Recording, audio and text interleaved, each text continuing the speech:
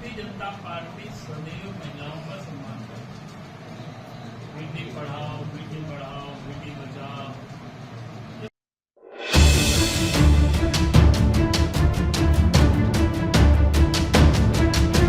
शनिवार को बीजेपी नेताओं ने पूरे प्रदेश में प्रेस वार्ता कर केंद्र सरकार द्वारा घोषित नए जीएसटी स्लैब को ऐतिहासिक करार दिया।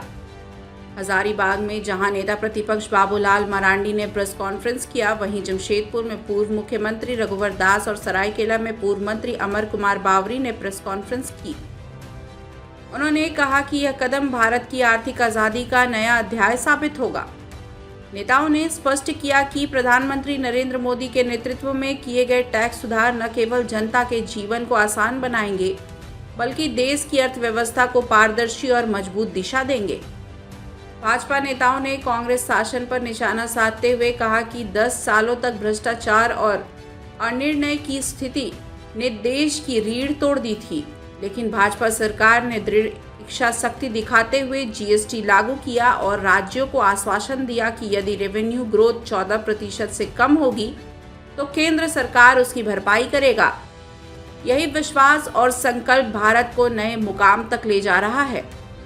बताया कि पहले अलग अलग राज्यों में टैक्स दरें अलग अलग थी, जिसमें व्यापारियों और आम जनता को कठिनाई का सामना करना पड़ता था। अब जीएसटी का केवल 2 स्लैब 5% और 18% तक सीमित कर दिया गया है। स्वास्थ्य और जीवन बीमा पर से टैक्स पूरी तरह समाप्त कर दिया गया है। वहीं कई आवश्यक वस्तुओं के दाम कम होने से गरीब, मध्यम वर्ग और कारोबारियों को सीधा लाभ मिलेगा।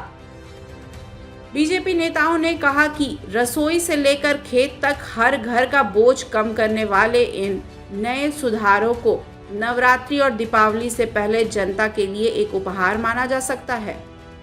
वर्षों से टैक्स व्यवस्था की जटिलताओं से जूझ रही जनता को अब राहत मिलेगी। उन्होंने यह भी कहा कि प्रधानमंत्री ने लाल किले से जो वादा किया था उसे अब पूरा करके दिखाया है। आज भारत का टैक्स ढांचा सरल, स्पष्ट और आम जन के अनुकूल बन चुका है। पता नहीं अलग अनेकों प्रकार की चर्चाएं हो रही, लेकिन देश के प्रधानमंत्री नरेंद्र मोदी जी ये जो अपने तीसरा जो कार्यकाल उन्होंने प्रारंभ किया, उसकी पहला आपको बजट प्रस्तुत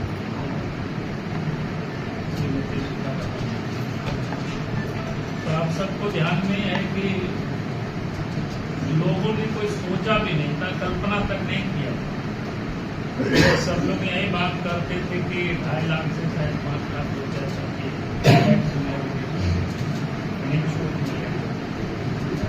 लेकिन देश के प्रधानमंत्री नरेंद्र मोदी जी के नेतृत्व में 5 लाख क्या 7 लाख क्या एकदम जिससे लोगों ने कोई कल्पना नहीं की थी, 12 लाख रुपया तक कार मुक्त कर 12 लाख रुपया तक की आमदनी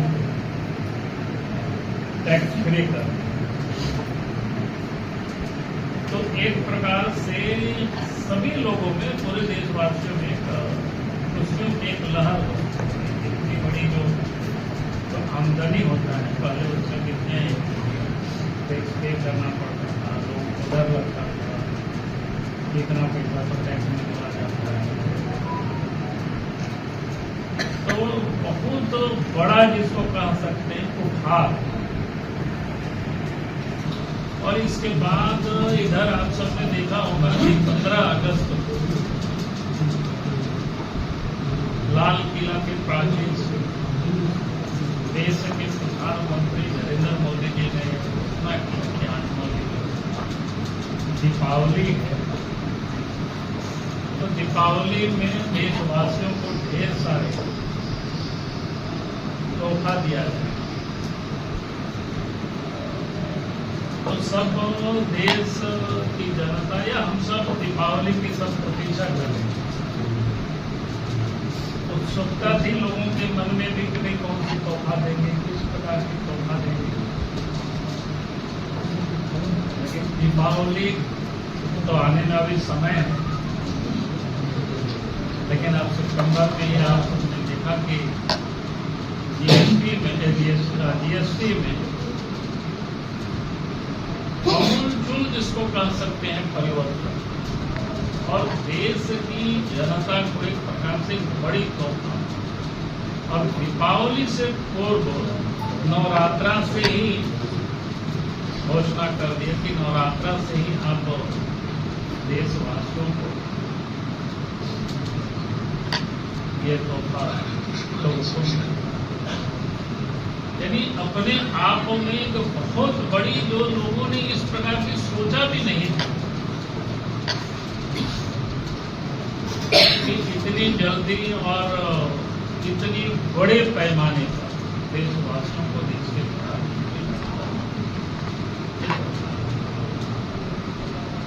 और उसमें से जो टैक्स का जो स्लैब, अब उसमें से मात्र 2 ही स्लैब को कर सकते स्लैब का, एक को 18% और एक 5%। यानी सुबह से शाम तक या दैनिक उपभोग की जितनी भी वस्तुएं जो आम लोगों की जो आवश्यकता, उसमें आप देखेंगे तो सभी चीज दीप दिया, तो इसको अगर आप सोचे तो अपने आप में एक बहुत बड़ा, और इससे क्या होगा कि एक तो लोगों की बचत बढ़ेगी,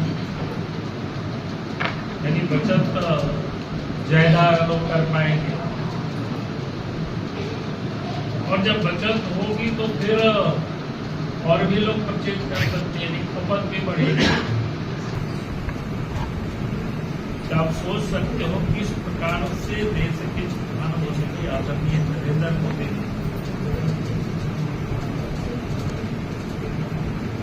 इस देश की जनता को एक राहत दी, ताकि लोग अपने जीवन को ये आवश्यकताएं को वो लोग पर्याप्त खरीदारी कर सकें। तो मैं समझता हूं कि ये जीएसटी में जिस प्रकार से देश के प्रधानमंत्री या भारत सरकार ने देशवासियों को जो एक तोहफा दी है, तो उसके लिए तो निश्चित रूप से देश के प्रधानमंत्री को बधाई देना बनता है कि उन्होंने इतना अच्छा काम किया है। इस प्रकार की जो हम लोग रोटी खाते हैं, बाकी अच्छा खाते हैं, करने का मतलब इसमें जहाँ टैक्स था उसको 5% पहले लगता था, उसको 0 कर दिया। पनीर वगैरह, छेना वगैरह इसमें टैक्स था पहले 5%, उसको 0 कर दिया। जैसे पराठा, ये सब जो पहले तो बड़ा उपहार इस देश के प्रधानमंत्री ने देशवासियों को दिया, सबको दिया। मुझे लगता है कि इससे निश्चित रूप से झारखंड प्रदेश जितना चाहे वो लाभ उठा सकता है, क्योंकि कई प्रकार के लोग चर्चा करते उससे लाभ क्या, जब टैक्स से कम होते हैं तो इससे भी लोग कहते हैं उद्योग धंधा भी, ताकि प्रोडक्शन होगा तो खपत भी बढ़ता है, खपत बढ़ता है तो प्रोडक्शन भी बढ़ता है। तो झारखंड में भी इस काम को सरकार कर सकती है। तो झारखंड में भी कई एक प्रोडक्ट होते हैं, जैसे हस्त से बनाया हुआ या कुटीर उद्योग में बनाया हुआ, जिसको आप कर सकते हैं। बांस वगैरह का भी जो होता है, इसमें भी टैक्स जिसको बनने की मात्र 5% करती है। तो इस प्रकार से जितनी भी चीजें हैं जो खाद से बनाते हैं, उस वस्तु की जो कीमतें अब बिल्कुल आसान हो गया, सस्ता हो गया, ताकि आम लोग उसको आपको जरूरत है कि अपने झारखंड प्रदेश की सरकार को इस राज्य में लघु उद्योग है, कुटीर उद्योग है, इस प्रकार के उद्योग को और प्रोत्साहित करना चाहिए। तो फिर लोग सामान को परचेज नहीं करते हैं या उद्यमी भी उसको पूंजी निवेश नहीं करते हैं, उद्योग देने नहीं लगाते हैं। तो सरकार झारखंड में उन चीज़ों पर ध्यान देनी चाहिए ताकि झारखंड देश में भी उद्योग बढ़े या भी रोजगार मिले। तो मुझे लगता है कि ये एक आज के तारीख में यह आवश्यक है, इसलिए लगा कि आप सब इस विषय पर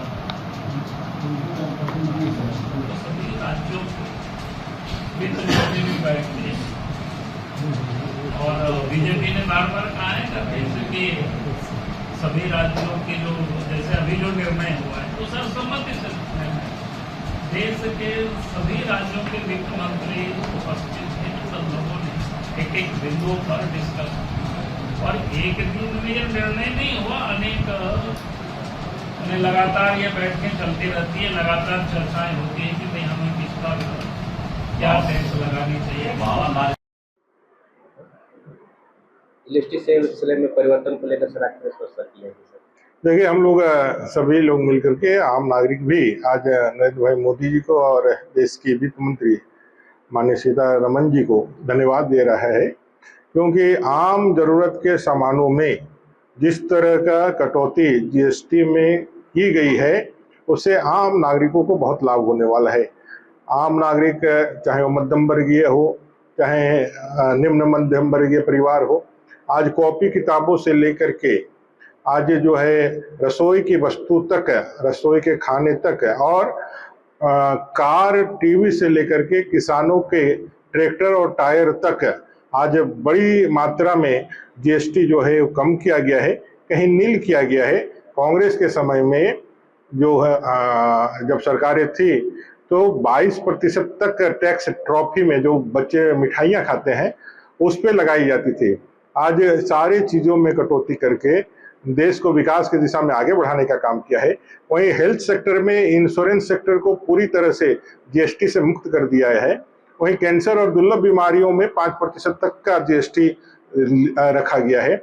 ये अपने आप में एक बहुत बड़ा ऐतिहासिक भी कदम है और क्रांतिकारी कदम भी है। वैसे समय में जब अमेरिका के साथ टैरिफ को लेकर के, व्यापार को लेकर के, अर्थव्यवस्था को लेकर के एक लड़ाई चल रही है, ऐसे में देसी वस्तुओं को, स्वदेशी निर्माण को और स्वदेशी अपनाने को प्रेरणा देने के लिए मोदी जी का यह कदम एक बड़ा ऐतिहासिक कदम के रूप में हम देखते हैं। इससे जनता को जहां राहत मिलेगी, वहीं देश के उद्यमियों को आगे बढ़ने का प्रेरणा भी मिलेगा। किन वस्तुओं पर इसका मतलब प्रभाव नहीं रहेगा? देखिए, अभी कई एक वस्तुएं हैं जिसमें बच्चों के पढ़ाई के लिए जो कलम से लेकर के ज्योमेट्री बॉक्स से लेकर मानचित्र, इस तरह से जो भी उनके पढ़ाई के लिए जरूरत होती है उसमें 0% टैक्स लगा दिया गया है। इंश्योरेंस, जो लाइफ इंश्योरेंस है उसमें 0% टैक्स है। किसानों के ट्रैक्टर से लेकर टायर और उससे जो भी कलपुर्जे हैं उसमें जीएसटी को बहुत नीचे 5% तक ला दिया गया है। वहीं महिलाओं के लिए जो रसोई के सामान है उस पर भी जीएसटी जो है वो 5% पे ला करके खड़ा किया गया है। वहीं किसानों के लिए हम लोगों ने कहा, और ये पूरा जो स्लैब है अब 2 स्लैब्स में रह गया है, एक 5% और 18%। जो 28% का स्लैब था गाड़ियों में, टीवी में, फ्रिज में, उसको भी 10% घटा करके 18% कर दिया गया है। वहीं बहुत सारी वस्तुओं को नील कर दिया गया है जो आम जरूरत के सामान है, और बहुत सारी वस्तुओं में मिनिमम 5% जीएसटी लगाया गया है। इससे आम किसानों को एक बहुत बड़ा, आम नागरिकों को बहुत बड़ा, आम महिलाओं को बहुत बड़ा और विद्यार्थियों को बहुत बड़ा राहत मिला है। देखिए, ये ऐसा ही है कि आपको कमांडर इन चीफ बना दिया गया है, लेकिन कमांडर इन चीफ के पास न तो सेना है, ना तोप है, ना गोली है, ना बारूद है। विस्थापन आयोग बनाने के साथ विस्थापन आयोग के जो शक्तियां हैं उसको यदि आप पावरफुल नहीं कीजिएगा, अगर उसको यदि ताकत नहीं दीजिएगा, तो विस्थापन आयोग क्या करेगा? ज्यादा से ज्यादा एक रिपोर्ट ही दे सकता है, उससे ज्यादा तो कुछ नहीं कर सकता है। निर्णय तो सरकार को ही करना है। तो सरकार तो पहले से काम है, सरकार तो पहले से आई हुई है। विस्थापन आयोग को अगर यदि आप पावरफुल बनाएंगे तो मैं समझता हूं कि विस्थापन आयोग का जो गठन है वो जनता के, विस्थापितों के दर्द को मिटाने में सहायक होगा। ऐसे समय में जब कांग्रेस और सरकार में है, तो कांग्रेस को इसके साथ साथ एक माफी भी मांगना चाहिए। अगर यदि उसको लगता है कि विस्थापन इतना बड़ा समस्या है, तो देश का सबसे ज्यादा विस्थापन अगर किसी के कार्यकाल में हुआ है तो चांडिल डैम से लेकर सोनरेखा डैम से लेकर के जितने भी बड़े बड़े विस्थापन है, चाहे बीएसएल से हो चाहे एचईसी हो झारखंड के अंदर, वो सारे विस्थापन कांग्रेस के कार्यकाल में हुआ था। इस समस्या का समाधान उस समय होना चाहिए था, वो नहीं हुआ है। अभी आपने विस्थापन आयोग सरकार ने, आप जिसके सहयोग से चला रहे हैं, आपने विस्थापन आयोग बनाया है, लेकिन इसकी फाइंडिंग्स और इसका जो भी इनका निष्कर्ष रहेगा उस पर सरकार कितना कार्य करेगी, क्योंकि नख सिख विहीन है यह आयोग। इसको कोई पावर अभी तक, जितना हम लोगों ने अभी सुना है, देखा है, पढ़ा है, अभी तक कोई पावर डेलीगेट नहीं किया गया है। सरकार अगर पावर फुल बना करके देगी तो शायद ये कुछ काम भी लाए, नहीं तो सिर्फ और सिर्फ यह राजनीति है और राजनीतिक कारणों से ही इस विस्थापन आयोग का गठन हुआ है। दूरदर्शी सोच के तहत हमारे केंद्रीय वित्त मंत्री आदरणीय श्रीमती सीतारमन्ना जी जीएसटी परिषद की बैठक में जीएसटी को लचीला बनाकर देश की आम जनता और मध्यम वर्ग को बहुत राहत देने का काम किया। इसके लिए झारखंड की करीब 4 करोड़ जनता की ओर से आदरणीय प्रधानमंत्री मोदी जी और हमारे केंद्रीय वित्त मंत्री श्रीमती सीतारमन्ना जी को बहुत बहुत बधाई, झारखंड की जनता की तरफ से आभार। कि देश के व्यापारी विभिन्न टैक्स से परेशान थे, तो विभिन्न टैक्सों से जाल की मुक्ति से निजात दिलाने का काम आदरणीय मोदी जी के नेतृत्व में 1 जुलाई 2017 को एक व्यवस्था जीएसटी लागू की और उस जीएसटी के लागू होने के कारण 2017-18 में जहां राजस्व सृजन कलेक्शन जो होता था वो 82,000 करोड़ था। जीएसटी लागू होने से और इस वर्ष वित्तीय वर्ष में औसत जीएसटी 2,04,500 करोड़ रुपया।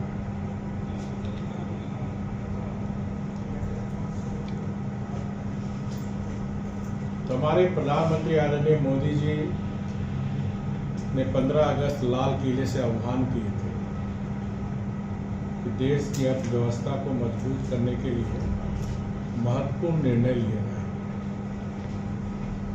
उसी के तहत आने वाले त्योहार को ध्यान में रखकर एक सुखद खबर देशवासियों को दी गई